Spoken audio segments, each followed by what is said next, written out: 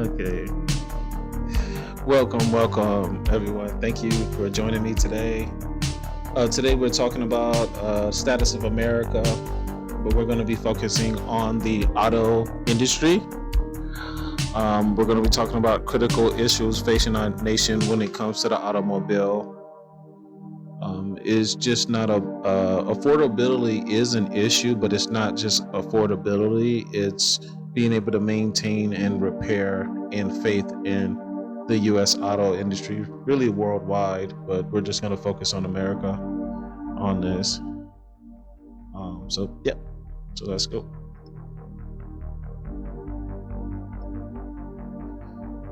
Okay, so numbers don't lie. Currently, right now, the total auto loan debt is about 1.6 trillion in growing. It's a growing, mainly due to when the COVID happened. A lot of the prices of vehicles went up, and people actually overpaid for vehicles at that time because. Okay, look, I had a sound problem. Okay, we're good to go. People had overpaid for used cars because of the chips and the electronics in it were hard to come by. So the prices of the vehicles went up because of that. But then after COVID, the prices went down. People found themselves upside down on loans on vehicles. But another problem is also because the economy is not doing too well. So when a car dealership does actually sell a vehicle, it's they're trying to make up for the time they did make money, so they add a little extra charge, extra fees, extra interest rate on a vehicle so they can make more money. That goes on with the people that do the car loans as well. But the debt problem is growing to where it's becoming a problem. Repos, repossessions of vehicles, and loan defaults are growing as well. And that's why they've come out with the 84-month vehicle loan, which is laughable. You should never have a vehicle loan for 84 months. The most you should ever have, I would say, is 4 years. Got some static there, but cleared that up. But that's what I'm going into with a possible solution. Okay, one of the biggest things that get people with cars, first you have like a 62-month loan or the loan, which can cause people to pay more for a car that's worth less, because when you add the interest over that long period of time, you end up paying more than what the car is worth. Also, they're adding all these touch screen subscriptions that people never asked for. It's a way of the company for making money. If I was building it, I'm going to get into that too, I would not have it. Sensory arrays that cost hundreds and thousands of dollars to fix when they stop working, when people that before those were made were driving without them. They don't need them. So those are the things that are adding to the prices of cars and really are not needed, and it should be something that's optional.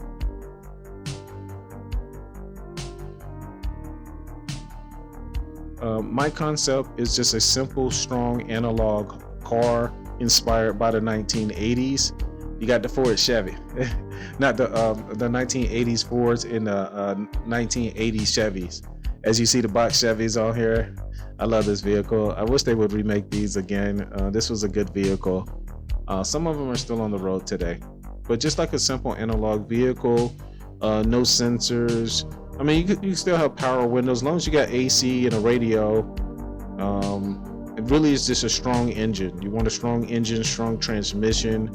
The only thing I would say, you would have to make sure add it to where people don't steal it. But with today's technology, I would say you can actually input a GPS tracker inside the vehicle for that, because I know the Kia boys, they're going to try to steal it. But that would be something simple. Okay, and this is what I'm talking about. You got the analog system here, just a standard gas, speed, oil. That's it. Okay, and the steel body structure, durable steel.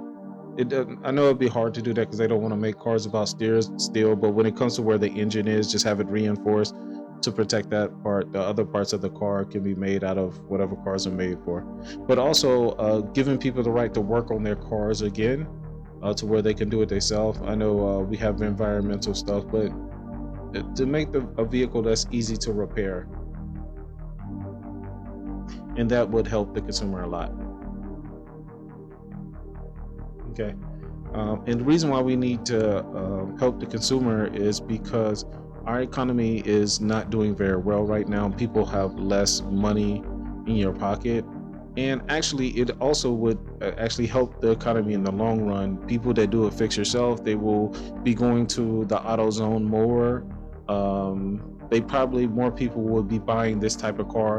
And if they want to add things to it after owning it for a while and getting it paid off, then that would lead to more commerce being conducted at repair shops and custom shops and stuff like that.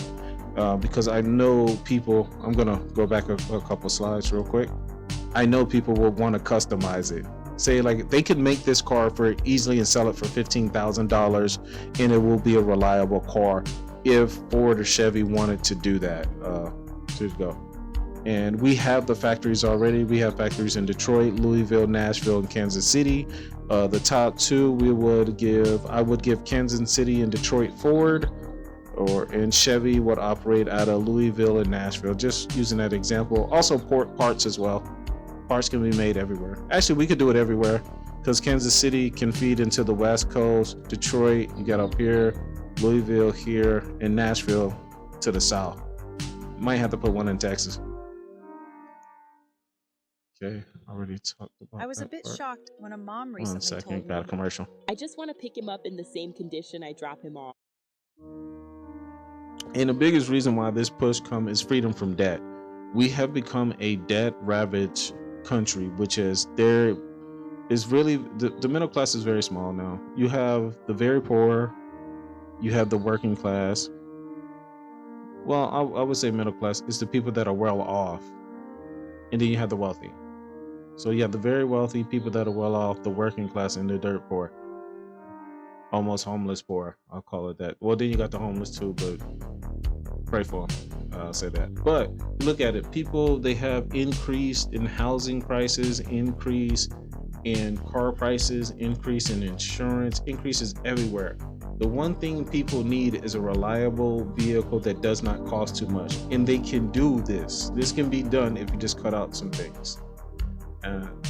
Yeah. And bringing back the built to last. Years ago, the Toyota Corolla and Camry was known as a car that would last you as long as you maintenance. It would last you a good 20 years. It'll get you where you had to go. It's something that you could depend on. Because today, some people still are car enthusiasts, however you say it. But people aren't that today as much. People are just trying to get through their day and just be okay.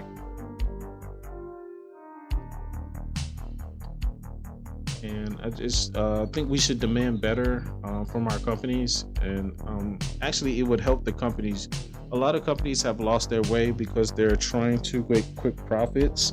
But that is what got us where we are right now, where repos are common. And the automakers and the auto loan people think that is good. But this is the last leg, where you got a policy where you're expecting cars to be repoed, and you expect that eventually you're going to run out of buyers.